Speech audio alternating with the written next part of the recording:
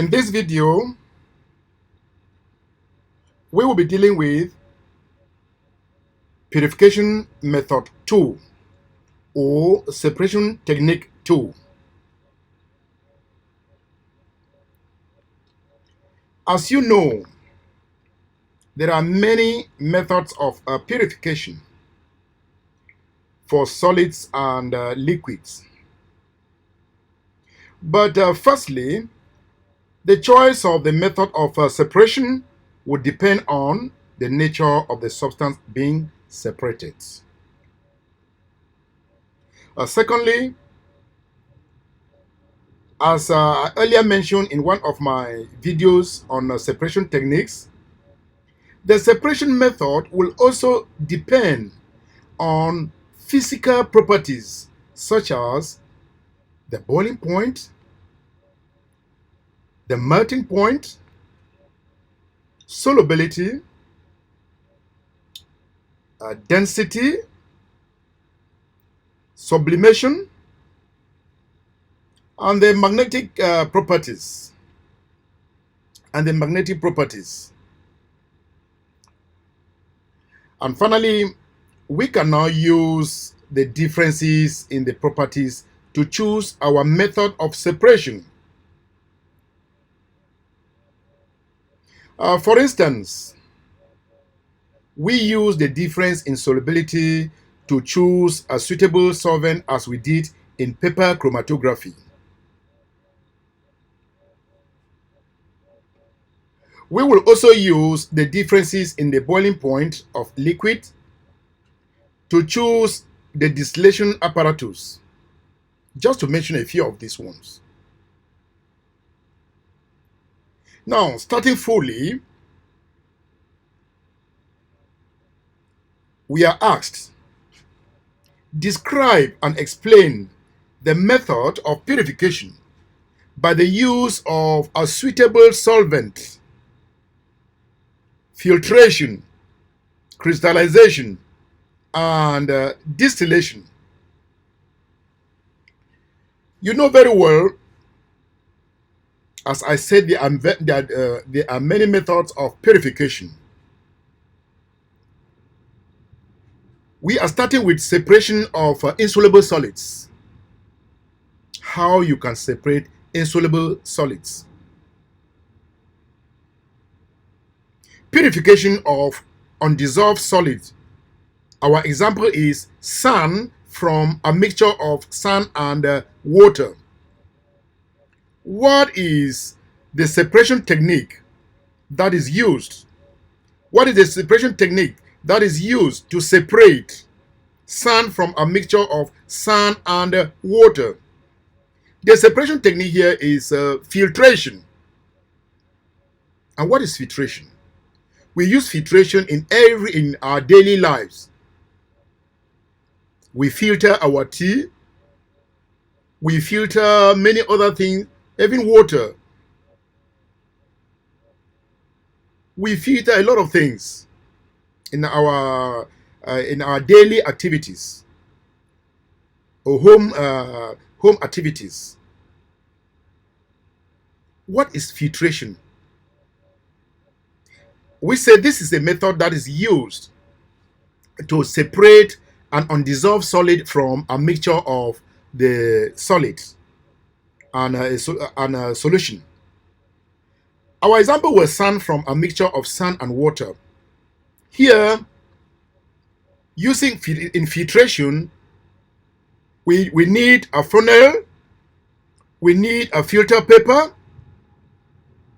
we need the solution that has to be separated. What happened is that the filter paper is placed in a filter funnel above, and the mixture of insoluble solid and liquid is poured into the filter paper. The filter paper will allow only small liquid particles to pass through as filtrate into the beaker. Then the solid particles are too large to pass through the filter paper, so they will stay behind as residue. As observed here, that is what happens in filtration. Another method, that can be used,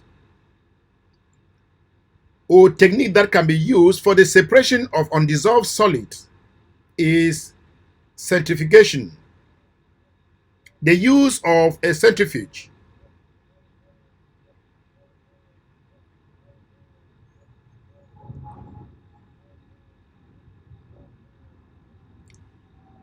The use of a centrifuge. This method is another way to separate a solid from a liquid. Centrifuge they are used to separate solid, small particles of solid that are dispersed in the whole liquid, in the whole solution. What happens is that when in a centrifuge, when it is spinning, when it spins, what happens?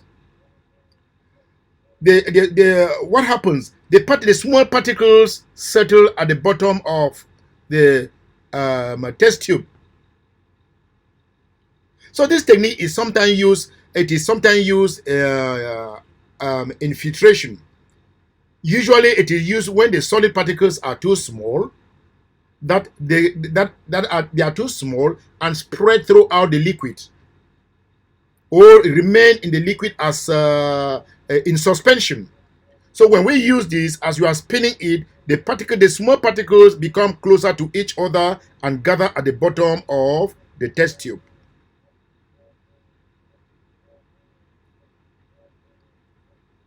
Our second method of separation is separation of soluble solids.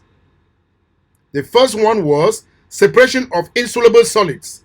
Now we go to separation of soluble solids.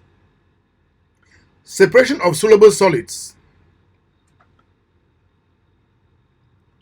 The purification or separation of a dissolved solid.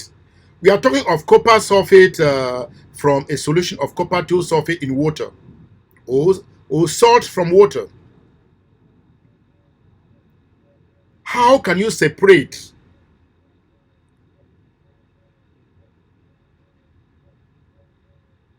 soluble solids? What technique is used in the separation of soluble solids? The most common technique used in this process is crystallization. Crystallization is the method used for the separation of soluble solids. So it is used to separate dissolved solids from a solution. Our example was copper sulfate from a solution of copper 2 sulfate in water. What you do here in this process of crystallization is what? Remember, there are some solutions that will dissolve when in a hot solvent. Copper sulfate from a solution of copper 2 sulfate in water will dissolve faster in a hot solvent. So in that case, it is more preferable to heat the solution. Unlike in salt. In salt, we will not heat the solution. We just need to dissolve. Salt from water. We just need to dissolve the salt in water. But with copper sulfate from a solution of copper 2 sulfate in water, this one will dissolve faster in a hot solvent. So in that case, when we need to heat the solvent so that the copper solution will dissolve faster. The copper sulfate salt will dissolve faster. So the first procedure is heat solution. The solution is heated, allowing the solvent to evaporate to leave a saturated solution. But how do you know whether the solution is saturated? Test if the solution is saturated by dipping a clean, dry a cold glass rod into the solution. If the solution is saturated, crystal will form on the glass rod. The saturated solution is allowed to cool slowly, and the solid will come out from the solution. Now the crystals will now increase in number. So our next step will be what? To filter out the crystals. Crystals are collected by filtering the solution. After we filter the crystals, after we filter and collect the crystals, the last stage will be to wash and dry the crystals. So wash and dry the crystals. They are then washed with cold distilled water to remove impurities and allowed to dry. It's a simple method. Heating the solution, filter the crystals, wash and dry the crystals. See how it is illustrated here.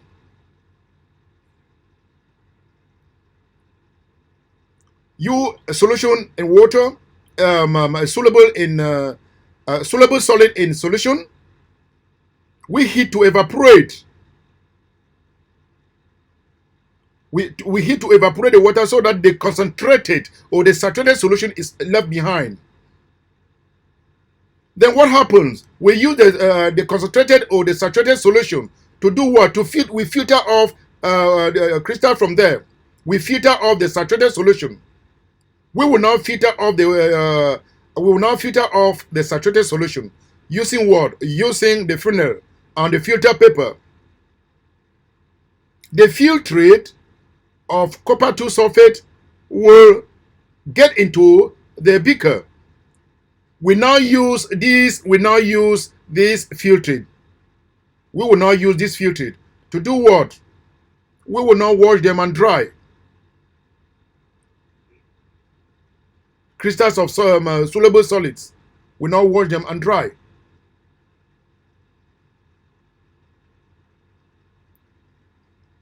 This is a simple question there, often asked in the exam. How would you separate a mixture of two solids in solution? How will you separate a mixture of two solids in solution? One is soluble and the other one is insoluble. The simple thing is an example. You give an example for it. Salt and sand. How will you separate a mixture of these two solids that are in solution? We have an example is salt and sand.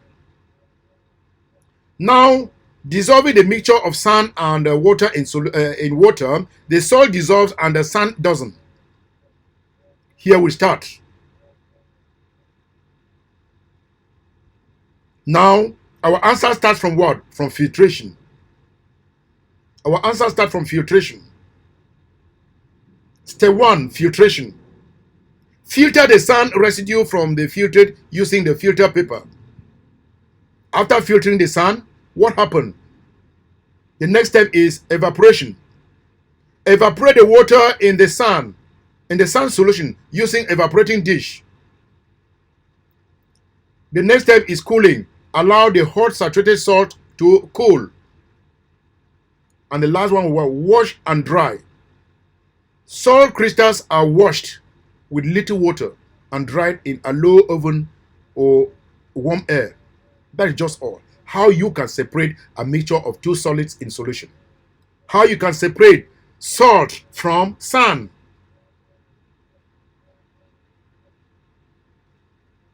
Salt is already in sand. That is a solution. What do? You start with filtration. You filter off, you evaporate, you cool, and you wash and dry. Now it takes us to another method of separation. Another method of separation is separation of miscible liquids. Separation of miscible liquids. What are miscible liquids? Miscible liquids are liquids that can mix together. They cannot be easily identified with each other.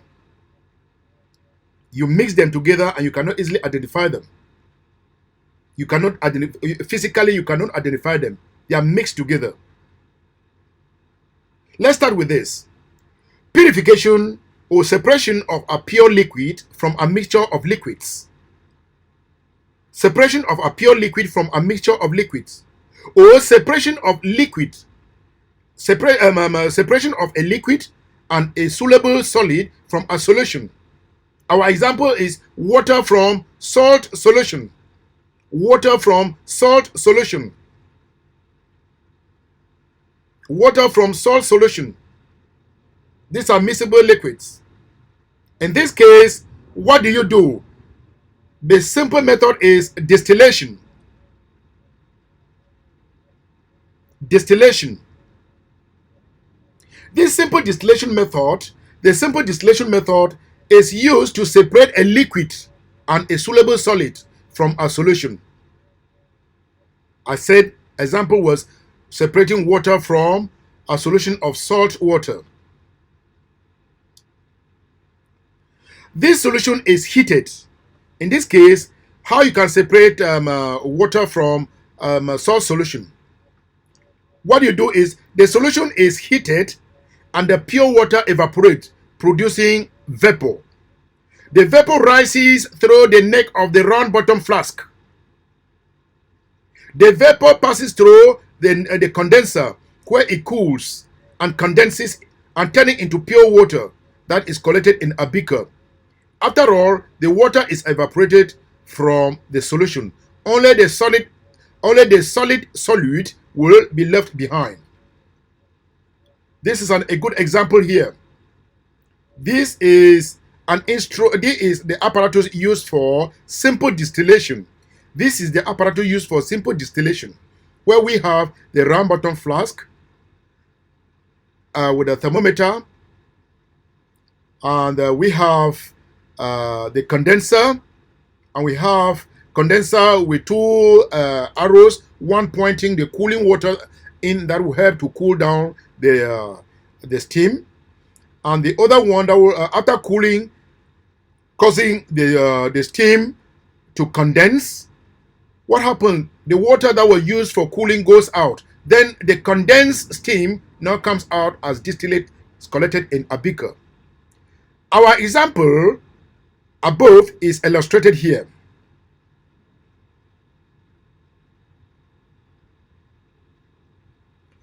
Our example is illustrated here. Here you have salt water. This is salt water or salty water. Now heat is applied. When heat is applied, what happens? The salt water boils. When the salt water boils, what happens? Vapor, water vapor is given out. As the water vapor rises to the neck of the round bottom flask, it passes into the condenser. Within the condenser, there is an entry of cooling water that enters to cool the vapor and causing it to condense. So the water goes in, the cooling water goes in to cause the vapor to condense. After cooling and causing the vapor to condense, the water now goes out as waste. The vapor that condenses into pure liquid is now collected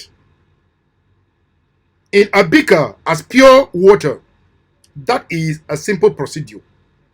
Learners, at times you could be given this diagram in your exam and you are asked to label what is happening here, what is happening with this vapor. They could just give the arrows there, they put the arrows, put the empty spaces for you to label. And they may decide, again, examiners are very trickish, they could decide and change the arrow. That where is there a mistake? And change the arrow and ask you to see where there is an error to correct. So you should study the diagram, know what is happening, what goes in, what comes out, where condensation is taking place, and when they distillate, is the condensed vapor comes out and where it is being collected. So it is very important for you to understand this diagram and how it works. Thank you. And that is how you can separate. That's how you can separate water from salt solution. Separation of miscible liquids using simple distillation method or simple distillation technique. Another question number 2. How would you produce pure water from sodium chloride solution? The examiner could turn the question in one way or the other. It is the same way. It is just what we have discussed here. It's just the same thing we have discussed here. It's the same thing. Salty water, that is it. From sodium chloride solution, that is salty water. Salty water is a sodium chloride solution. So it's the same procedure we have outlined above, using the same simple distillation technique. Evaporation of the water in a round bottom flask. The water rises up to what? Rises up to the neck of the round bottom flask, passes into the condenser. What happens? There is and the vapor is being condensed. The vapor rises up and passes into the condenser, and it is being condensed by what? By the cooling water that gets into the condenser. And when it is being condensed, what happens? The water now comes out as pure water into the beaker. It's the same thing. It's the same procedure. While the sodium chloride will remain in the round bottom flask. Now the other section is separation of miscible liquids.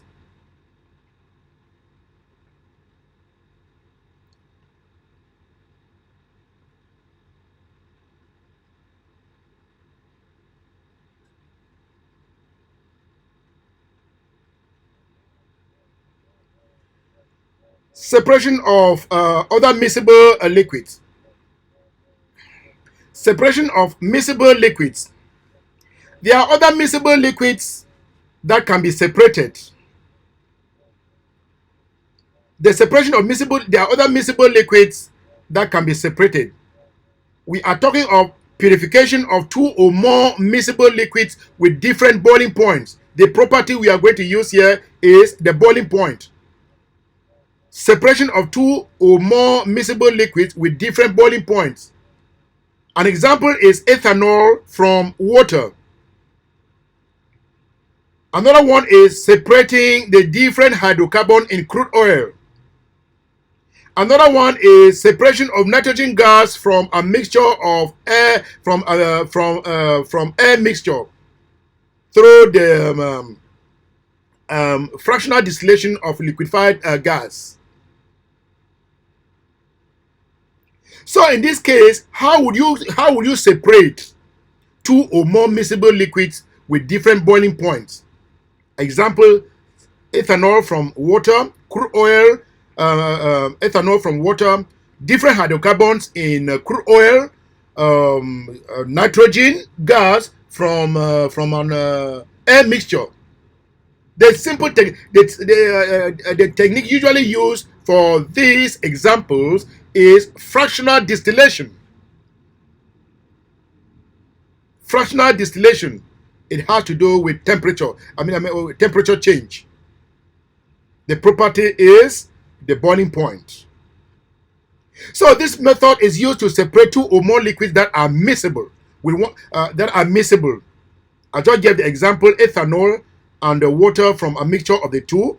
Miscible hydrocarbons in crude oil. Separation of individual gases such as nitrogen from a mixture of gases in the air. And even to remove ethanol from the product of fermentation. The solution is heated to a temperature of the substance with the lowest boiling point. So now we have to heat it till it gets to the temperature with the substance with the lowest boiling point. This substance will rise and evaporate first, and vapor will pass through the condenser where it cools and condenses, turning into liquid that will be collected in a beaker. All of the substance is evaporated and collected, leaving behind the other components of the mixture, depending which one we want to evaporate. So in this case, this is a good diagram of a fractional distillation. We have a liquid to be distilled. This is a mixture here, solution mixture. These are miscible liquids with different boiling points. Now, when they are being heated, what happens? They rise up. But remember the liquid, or remember the liquid we are going to separate.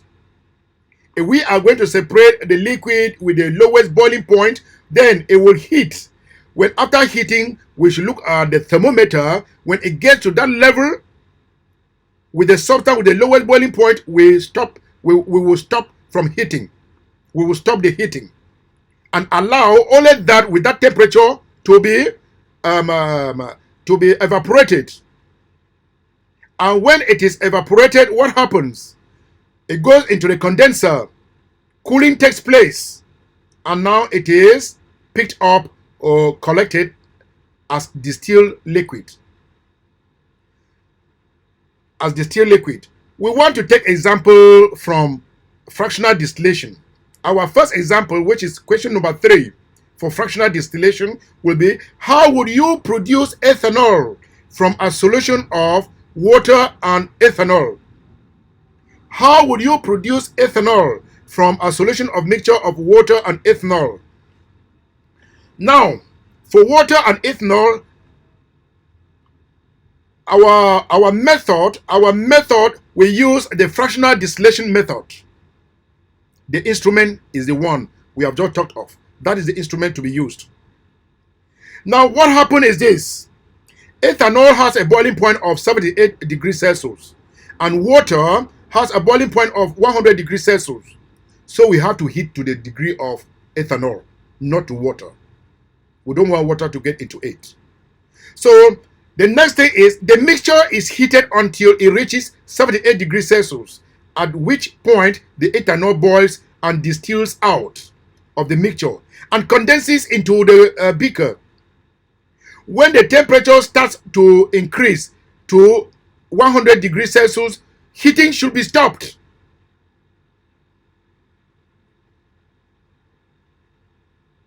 At this level, we now know ethanol and water are separated. If you go into 100, you are now distilling water. You want to get water into the ethanol. So you have to heat until the temperature reaches the one with the lower boiling point, which is ethanol. That is 78 degrees. At 78 degrees, no more increase in temperature. You have to stop the heating. And at this level, we know that only ethanol is being collected. And this is how it is. Remember, it is more advisable to use electric heater. It is more advisable to use electric heater because ethanol is flammable. If we should use a Bunsen burner here, ethanol, which is more flammable, the ethanol that will be released here as distillate or collected in a beaker here, because it is more flammable, it can get into fire if a Bunsen burner was used. So it is more preferable to use an electric heater because ethanol is flammable. That is a simple fact.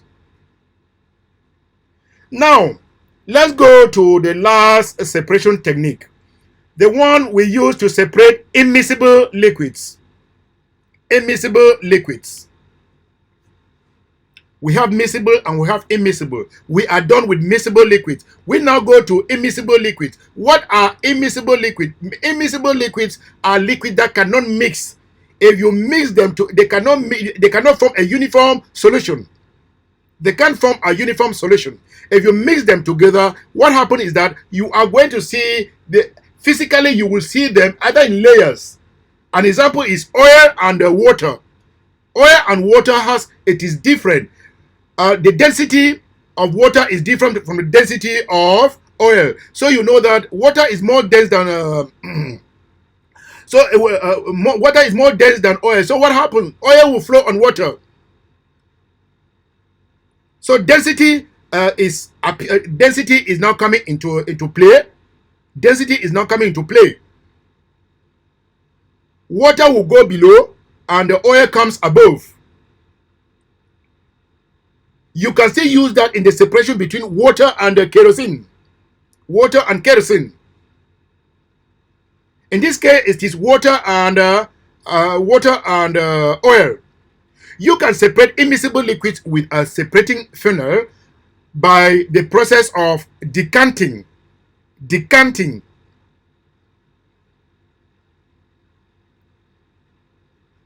Decanting. Either you use a separating funnel or by decanting. Example of this are organic. When an organic product is formed in an aqueous condition. An organic product is what is a thing like kerosene. An organic product is what is a thing like oil. So how can we separate oil and water, or how can we separate kerosene and water? It's the same method. Either we use separating funnel or we use the process of decantation. Here we have two instruments that are well outlined there. In this case, this is a separating funnel.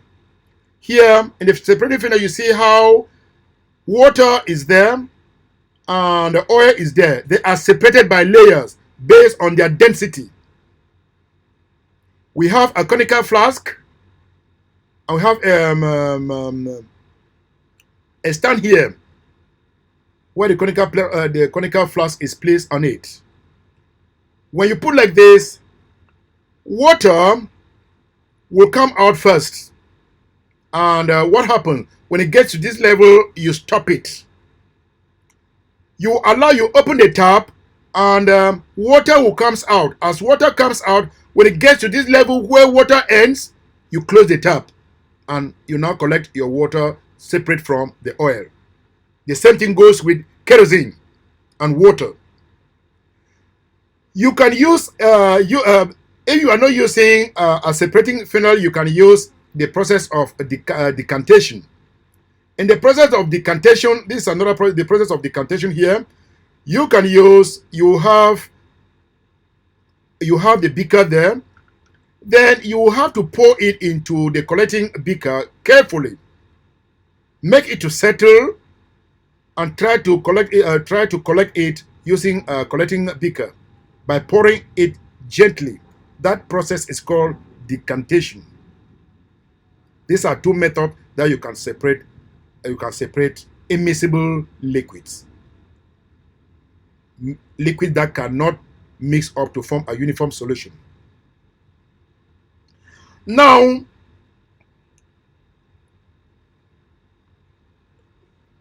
you have to, now we go now to the next section of our separation technique. If given the information, you are given the information about a particular substance, and the examiner now asks you, suggest suitable purification techniques. You have a number of techniques in your brain. You have to choose a suitable method given the information. So learners know the substances, know information about them, and know suitable methods or techniques that can be used in their separation. A recap of our lesson. If given the substances and the information about it in an exam, and you are asked to choose a suitable separation method, what will you do? Number one, you are given sand. Example of a mixture. You are given sand and water, and you are asked, what are the properties used for this? Solubility. we will use the property of solubility to separate the sand from the liquid, from the solid from the liquid. And what is the technique, or what is the method? The method is filtration. 2. A mixture of sodium chloride solution. We will still use solubility to separate the solid from a solution. And what will be the method? The method will be evaporation. Evaporation. 3. Using a mixture of sodium chloride solution. It's use solubility to select a solid from a solution. And what will be the method? Is crystallization. Using sodium chloride solution, boiling the boiling point could still be used to boiling point could still be used,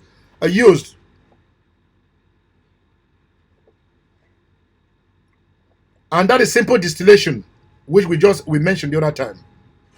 Ethanol and water, we will use this. Boiling point will be used. Boiling point of ethanol 78 degrees Celsius and water is 100. So we will use to separate the liquid from each other, and that is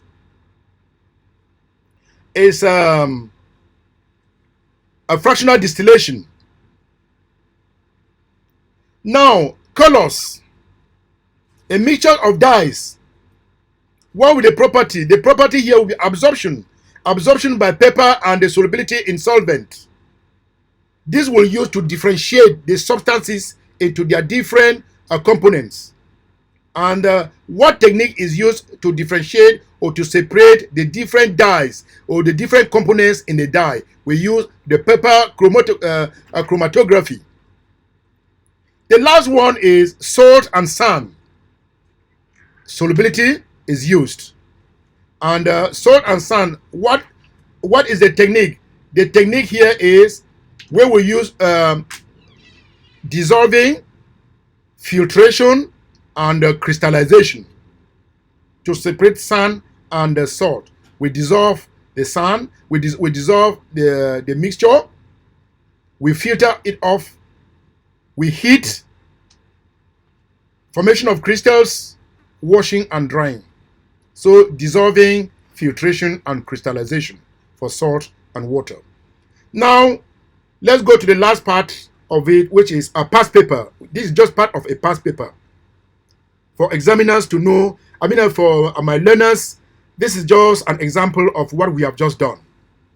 This is a past paper, a part of a past paper. Question number 1.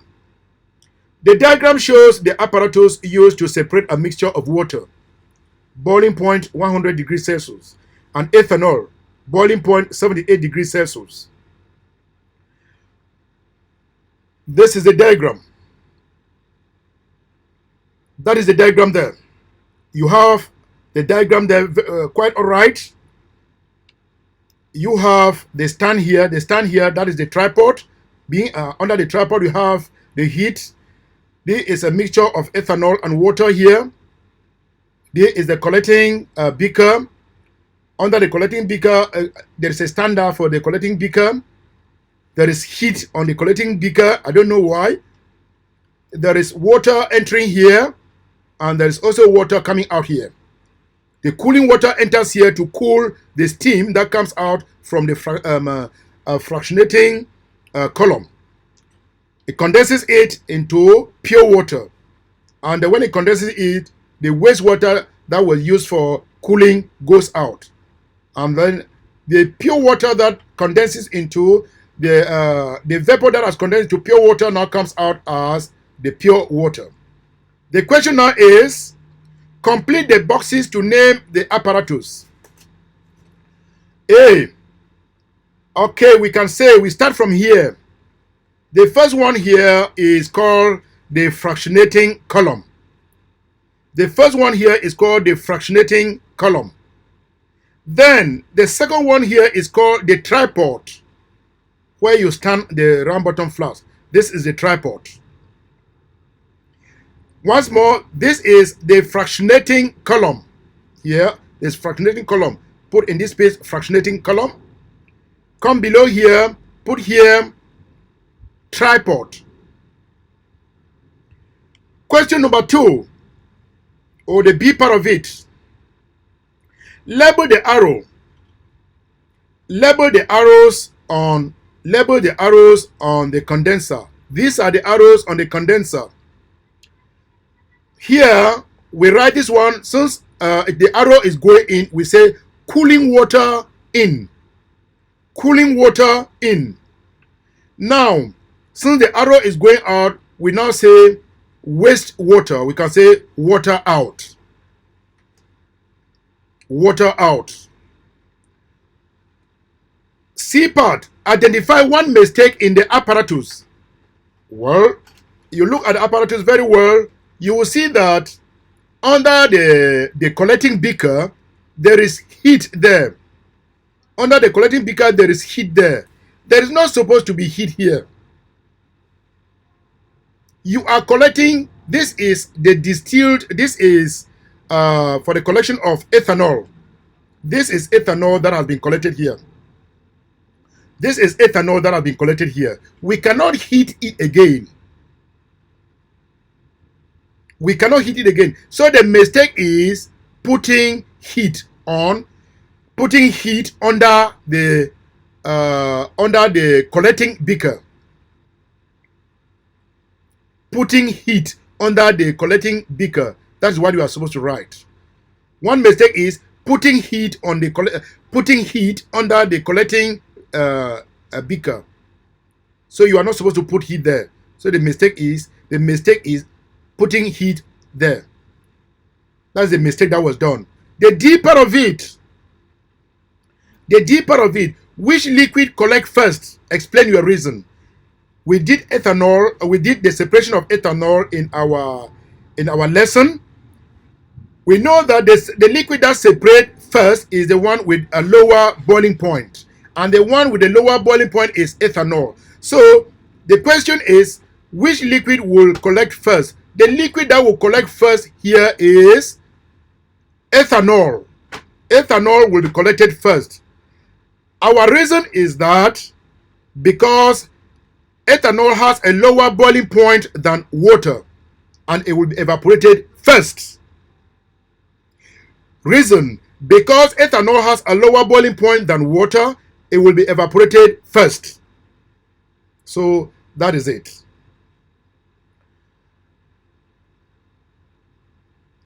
Again, question number the E part of it. The E part of it, which is the last section of the question. Why would it be better? Why would it be better to use an electric heater instead of a Bunsen burner to heat the water and ethanol mixture? As I did mention in our lesson, ethanol is flammable. Ethanol is flammable. We cannot use a Bunsen burner. If we use a Bunsen burner, it is not safe. It is going to be flammable. It will need fire. If there's a Bunsen burner, it will need fire. So it is not advisable to use a Bunsen burner. It is better you use an electric. It is preferable to use an electric heater because ethanol is flammable. Your reason is because ethanol is flammable. If you answered all your questions from A, B, C, D to E, you will have a total of 7 marks. This is what you are expected to do. Thank you, learners, for listening. Continue to listen. Continue to watch more of our videos. Continue to watch more of our videos. Please like, share, and subscribe so that you can get more of our tutorial lesson video. Thank you.